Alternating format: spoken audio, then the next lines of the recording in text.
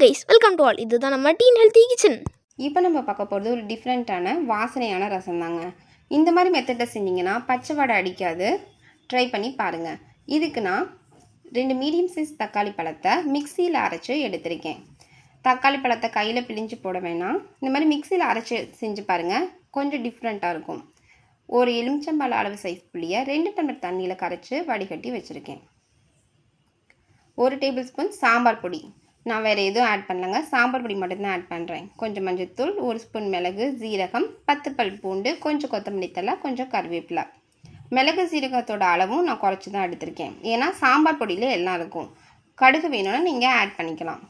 இப்போ மிக்சி ஜாரில் 1 ஸ்பூன் மிளகு, 1 ஸ்பூன் ஜீரகம் சேர்த்து கொரகொரப்பாக அரைச்சி எடுத்துக்கிறேன். பல்ஸ் மோடில் கொரகொரப்பாக அரைச்சி எடுத்துக்கோங்க.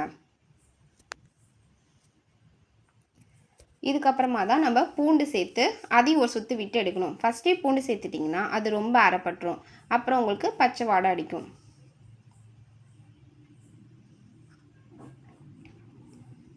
இப்போது நம்ம செய்கிற கடாயில் 1 ஸ்பூன் நெய், 1 ஸ்பூன் எண்ணெய்.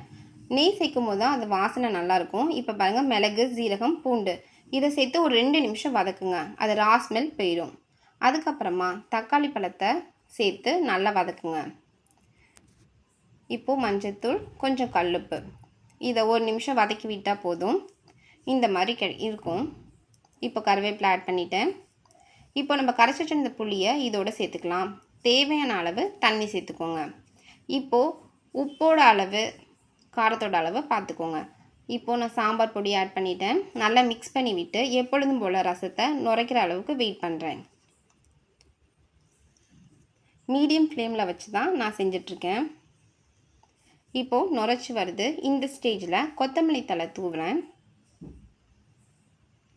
லாஸ்ட்டாக கொத்தமல்லி தழை தூவி பெருங்காயத்தூள் சேர்த்து பாருங்கள், அதோட வாசனை அப்படியே இருக்கும், ரொம்ப டேஸ்ட்டாக இருக்கும். நீங்களும் ட்ரை பண்ணி பாருங்கள். எங்கள் சேனல் பிடிச்சிருந்தா சப்ஸ்கிரைப் பண்ணுங்கள்.